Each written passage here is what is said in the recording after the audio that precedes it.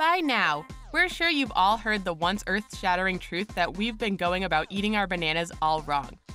If you haven't, you're in luck, because we've explained the process in great detail in another one of our videos. Aside from bananas, do you have any idea just how many other aspects of your daily life you've been getting wrong all this time? We're talking basics here. Things like tying your shoes, washing your laundry, or even reading may have been hiding the truth from you since childhood. Luckily for you, we at The Hub have amassed a go-to list of simple changes that could wind up saving you a boatload of time and stress. If you're one of the people who missed out on our fascinating banana fact, there's still time to get back on track. All you need to do is press that red subscribe button and activate notifications from The Hub, and you'll never have to worry about missing out on all the amazing facts this channel has to offer. Tying your shoes. Who else remembers the overwhelming feeling of raw accomplishment after tying our very first successful shoelace knot? After all, learning to tie your shoes on your own is one of the first things that anyone actually has to learn along their journey towards full autonomy. By now, you've become a shoe-tying master. The mantra of bunny ears, hills, and burrows is nothing more to you than a distant memory, tens of thousands of successful lace jobs old. Would you believe that a startling percentage of people have actually been going about this process all wrong? There's actually a very crucial step about halfway through tying the knot that means the difference between sturdy laces and unwanted untied shoes. The proper method actually sees the second bunny ear first looping all the way around the first, and then wrapping under the hill, resulting in a much tighter horizontal knot. You can thank us after winning your next marathon race. Washing your laundry. For some, the daily chore of washing laundry might seem like a daunting puzzle. Do you fill the machine with water first? When do you add the soap? What's the deal with separating out each load? If you're anything like us, you might be sick and tired of shelling out loads of cash buying expensive laundry detergents and fabric softeners. It turns out that most people have been severely overdoing it with adding detergent. This can be a bad thing, as an overabundance of soapy suds can actually keep dirt and other particles locked in place, instead of lifting them up like we want. The trick here is to actually use about half the recommended amount of detergent on the label, and slowly work upwards depending on each load. By implementing this simple fix, you could find yourself doubling the lifespan of your detergent, and by association, your bank account. A bonus tip is to also start incorporating a cup or two of generic white vinegar to each load of laundry. The acetic acid in vinegar isn't strong enough to dissolve your fabrics, but it is great at breaking apart residue buildups and keeping fabric colors vibrant. Folding your laundry. You thought we were all finished talking about laundry, but we aren't. Not quite yet, at least. Just as important as the actual process of washing laundry, exercising proper techniques while folding your clothes could mean the difference between nailing that job interview or not.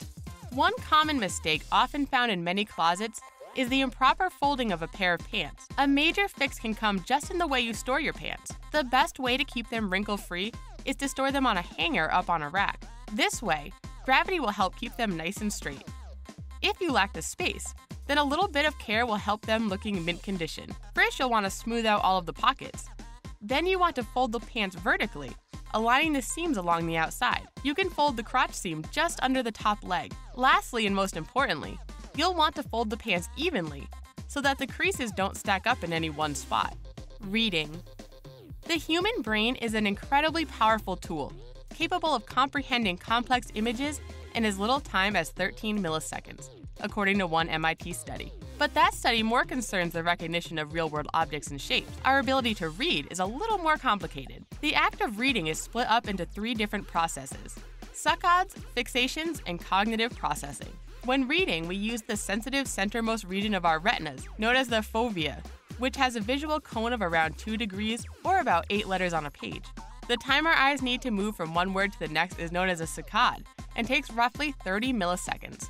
The fovea then takes between 100 and 500 milliseconds to fixate on any given word, which your brain must then process in order to understand and write to memory. The important trick here is to learn the right balance of which words to glide past and which words to fixate on. Too slow, and you're wasting time. Too fast, however, and your brain is unable to successfully comprehend the words, causing you to lose information. Studies show that the optimal reading speed for most brains is actually between 200 and 400 words per minute, depending on your familiarity with the text. So the next time you hear someone bragging about how they can speed read up to 1,000 words per minute, rest assured that they probably don't remember much of it. Emptying soda bottles. Have you ever found yourself standing over a sink holding an upside-down 2-liter bottle for what seems like an eternity? The reason the water takes so long to exit the bottle is actually an interesting example of fluid dynamics and atmospheric pressure gradients. In a pressurized environment and at a consistent temperature, a liquid will always maintain its exact same volume. This means that in the case of a bottle, there is a hard limit to how much water can actually pass through the neck at a given time. This is similar to how hydraulic presses work. The second contributing force is the effect of the Earth's atmosphere, which is 14.7 pounds per square inch, pressing against the escaping liquid and the entire bottle itself. If the escaping water completely fills the neck of the bottle, the entire weight of the Earth's atmosphere rushes in to try and equalize the now low-pressure environment inside the bottle, causing those annoying bubbles. The answer? Give the bottle a quick spin as you drain it, creating a vortex of motion inside. This creates just enough space for air to rush in, while the liquid rushes out, creating an equilibrium of speed and pressure. The trick here, however, is to stop the vortex motion before the bottle is completely drained, as the diminished weight of the water isn't enough to counteract the spin of the vortex. Sitting down. Most of us are familiar with the aches and pains associated with the elongated periods of sitting in an office chair. After all, human beings did evolve to stand upright in order to methodically track prey across the valleys and plains of Africa. Regardless, a vast majority of people spend their lives sitting at a desk, typing away on their computer. Luckily, there are a few simple changes that you can make in order to make things more manageable. First, make sure that your chair is high or low enough to allow you to bend your knees 90 degrees with your feet flat on the ground.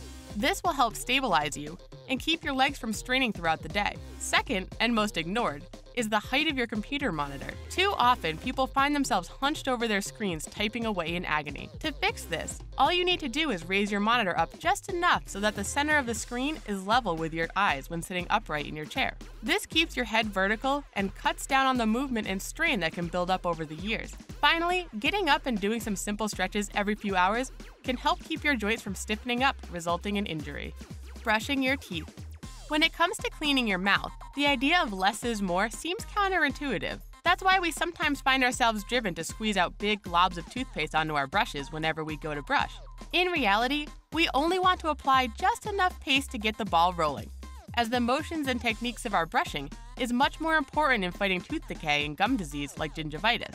While fast, heavy brush strokes might seem more effective, you actually want to focus on tight circular patterns that brush out the gaps where your gums and teeth meet. This is even more essential if you're using an electric toothbrush, as the powerful vibrations are great at discharging any unwanted material. Too much toothpaste can actually get in the way of this process, clogging up the gaps and hindering your efforts. Lastly, when flossing, you must focus on reaching deep into the gaps between your gums and teeth, instead of just cleaning the spaces between teeth. These gaps are the primary breeding ground for bacteria, and although it may be painful at first, your gums will quickly adapt as they grow healthier. It's never too late or too early to start, and in the long term, a few simple adjustments could save you tens of thousands of dollars in painful, elongated dental procedures. Cleaning a blender. It can be a lot of fun spending hours in the kitchen whipping up tasty treats and concoctions using a wide variety of tools, like food processors, pasta makers, or blenders. What's not so much fun is the painstaking process of cleaning some of these instruments. Blenders can be especially cumbersome, since their dangerously sharp blades can get in the way of the hard-to-reach grime. Cleaning these things is always a gamble, and often deters people from actually using these incredibly useful instruments. If only there was some kind of high-powered kitchen tool that you could use that would whip the soapy suds throughout the blender and food processor at a high velocity. Oh right, the blender itself. That's right, if you're like us, you'll be smacking yourself on the forehead after realizing all the time you've wasted gingerly trying to scrub out the bottom of a blender with a sponge. The best way to clean one of these instruments is to just pour in some hot water, a dab of dish soap, and pulse the blender at high power until all the grime is blasted away. Peeling potatoes. If you come from a big family that likes to use mountains of potatoes for meals, but doesn't like the grainy skins that come with them, you've probably found yourself stuck as a lowly potato peeler more than once. There are few jobs more tedious or time-consuming than peeling potatoes, not to mention the constant threat of slicing open a finger with a paring knife, or slipping with a dull peeling tool. After mastering this trick, you're gonna feel pretty silly for wasting so much time in the kitchen hunched over a trash can. All you need for this process is a knife, a pot of boiling water, and a bowl filled with ice and water. After cleaning your spuds, you'll want to score them with the knife around the center, and let sit for 15 minutes. When they're soft enough, transfer the now hot potatoes directly into the ice bath.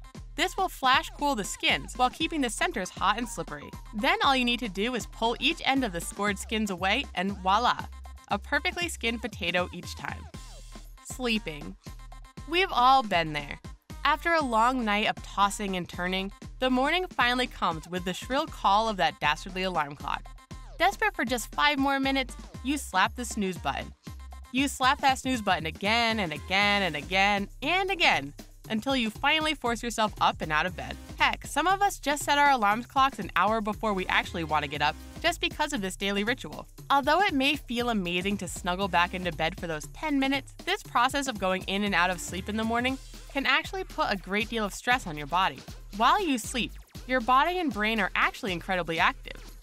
In the hours leading up to wake-up time, your body prepares by slowly boosting your core temperature. That's why your surrounding room sometimes feels so frigid. The alarm went off before your body was ready for action. Every time you hit the snooze button, you're actually tricking your body into thinking it was a false alarm, which starts the whole wake-up process over again. It may be hard, but making a habit of getting out of bed at the first sound of the alarm will result in much more energy throughout the day and better sleep at night. And there you have it. How many of these little things have you been doing wrong your whole life? Do you have any that blew your mind when you first learned the truth? Tell us about it in the comments section.